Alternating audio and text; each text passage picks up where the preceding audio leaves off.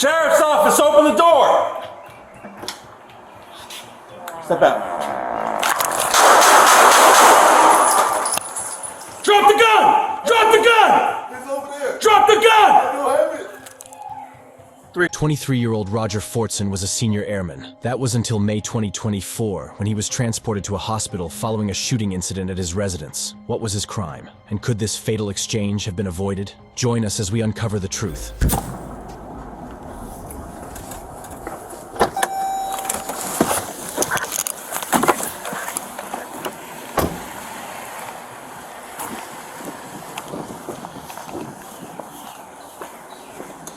Howdy, sir.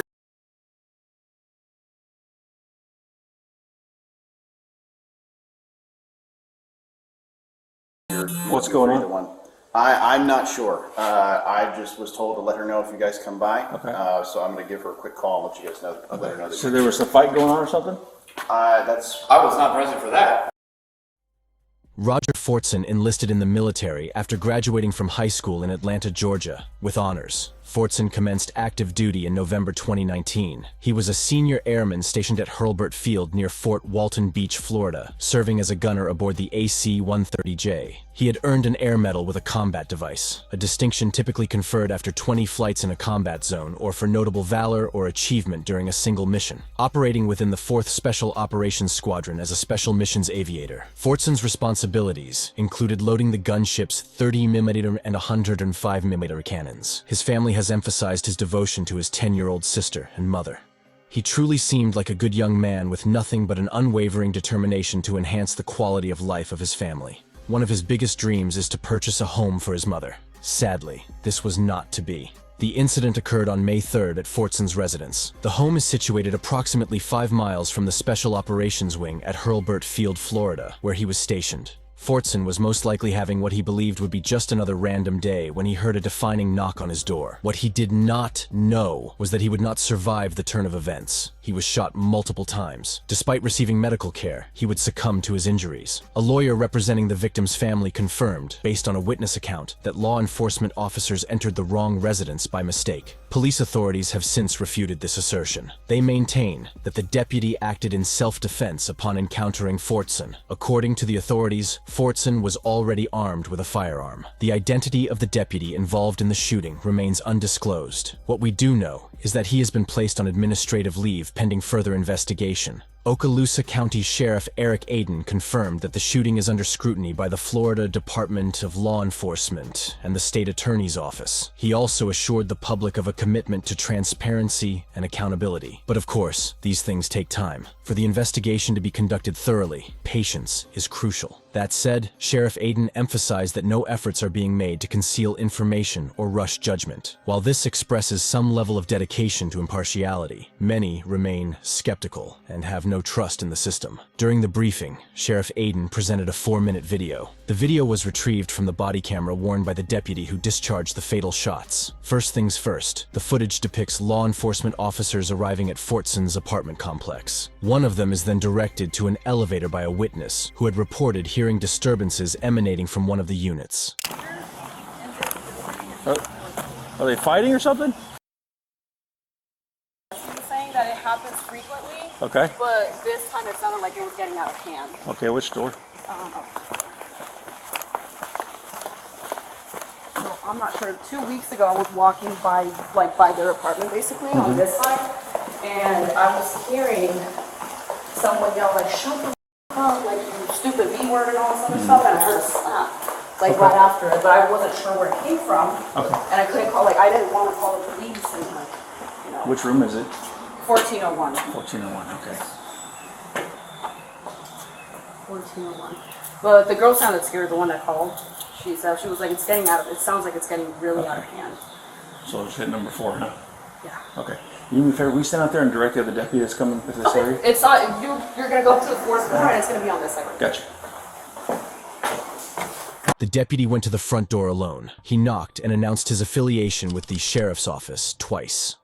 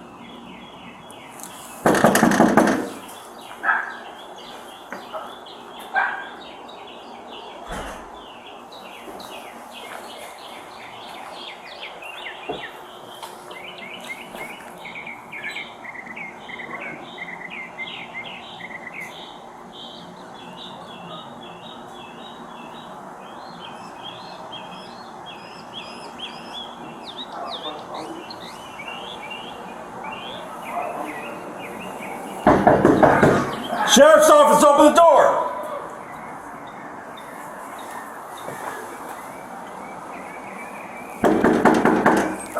Sheriff's office, open the door!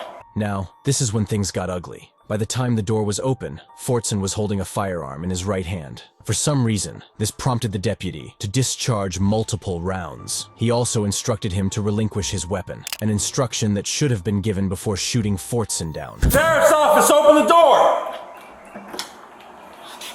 Step out. Drop the gun! Drop the gun! It's over there. Drop the gun! At this point, you can hear Fortson declare that he doesn't have it anymore. This was a man who was writhing in pain because he had been shot, but you can still hear the deputy insisting that he stay still. Drop the gun! Drop the gun! It's over there. Drop the gun! I don't have it. 312, shots fired. Suspect down. Do not move! 312, get EMS my location. Now, let's analyze the video footage. The deputy is depicted knocking on the door before stepping aside. At this point, he was notably away from view. He then loudly identifies himself as being from the sheriff's office and demands that the door be opened. Fortson, who possessed a legally owned firearm, opens the door with a handgun visibly pointed downward. The deputy immediately commands him to step back before firing 6 shots. One thing to note is that it is only after the shots are fired that the deputy instructs, "Drop the gun, drop the gun." Subsequently, the deputy contacts paramedics via his radio. A makeshift memorial emerged outside Fortson's apartment. It has since been adorned with combat boots, floral arrangements, the stars and stripes of the American flag, among other items. During a press conference on Thursday, 9th of May 2024, attorney Ben Crump represented the Fortson family. The press conference took place at the New Birth Missionary Baptist Church in the Atlanta suburb of Stonecrest. Subsequent plans for a wake and funeral were already underway. Mr. Crump is a civil rights attorney based in Florida. He has been involved in numerous high-profile cases concerning the deaths of Black Americans in encounters with law enforcement, including George Floyd, Ahmaud Arbery, Trayvon Martin, Tyre Nichols, and Breonna Taylor. He asserted that Fortson epitomized the finest qualities of American citizenship. As his mother said, they cannot stain his reputation. But she feels as long as they continue to say that they went to the right apartment, they're staining his reputation, because Roger did not have any domestic disturbance. Roger had no criminal history. Roger has never ever been accused of domestic violence.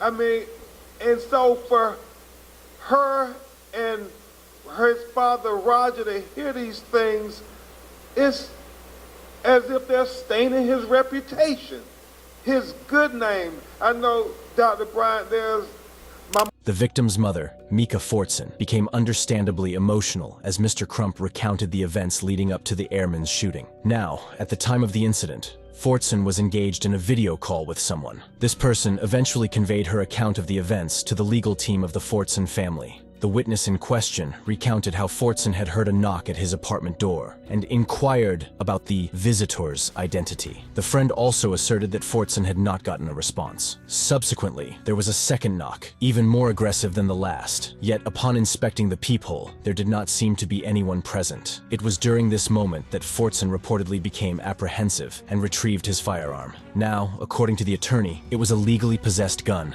Upon Fortson's return to his living area, the witness recounted that law enforcement forcibly entered the residence. They had encountered the armed resident and subsequently discharged their weapons, striking him 6 times. Mr. Crump then emphasized that the witness believed law enforcement had mistakenly targeted the wrong apartment. The witness confirms that Fortson was alone at the time and that there was no disturbance at his residence. However, the sheriff soon refuted these claims. He asserted that officers had not erred in locating his address. But he did announce himself.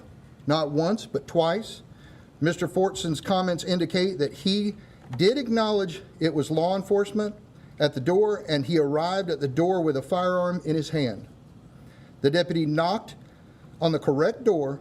He did not cover the peephole, or otherwise obscure its view in any way. On the 9th of May, there was a press release from Sheriff Eric Aden of the Okaloosa County Sheriff's Office. The sheriff acknowledged that he had personally met with the family of Mr. Fortson and extended his deepest condolences to them. He went on to assure the Fortson family and the community that the office is doing all that they can to ensure the facts of this case are fully understood. He also confirmed that the Florida Department of Law Enforcement is handling the criminal investigation that is required under the circumstances. He emphasized that since it was an ongoing criminal investigation, no determination has been made as to whether the deputy's actions were justified or not. In his own words, "We are aware of a press release and other comments that falsely state our deputy entered the wrong apartment and imply that he burst through the door into Mr. Fortson's residence. Those statements are inaccurate, as shown in the video. What we do know at this time is that the deputy announced himself. Mr. Fortson's comments indicate that he did acknowledge it was law enforcement at his door and that he arrived at the door with a firearm in his hand. But while the officer did not cover the peephole or otherwise obscure its view, he did move away from it. This was an unnecessary action, and sadly, it had consequences. Basically, this is the sheriff's office maintaining that the deputy acted in self-defense upon encountering the armed individual. During the press briefing, Mr. Crump went on to accuse the police of attempting to justify an unjustifiably excessive use of force. Crump also asserted that Fortson was conversing with his girlfriend on FaceTime. He had been on the call with her for quite a while, so it seems more likely that whatever disturbance the police should have been responding to was not coming from Fortson's apartment. Fortson, on the other hand, had only retrieved his firearm upon hearing noises outside his apartment. In a segment from the FaceTime call captured by Fortson's phone, the airman can be heard groaning and uttering, "I can't breathe." A deputy's voice can be discerned instructing him, "Stop moving!" However, the angle of the phone is directed towards the ceiling, offering no visual insight into the events within the apartment. We expect that this clip would also be crucial to establishing the facts in some capacity. This is a young man who had just asked his little sister what she wanted for her birthday. The unfortunate thing is that this incident is all too familiar. It joins a slew of cases nationwide where black individuals have been shot within the safety of their own residences by law enforcement personnel who are meant to serve and protect. Where does the case go from here? We can only hope that justice will prevail.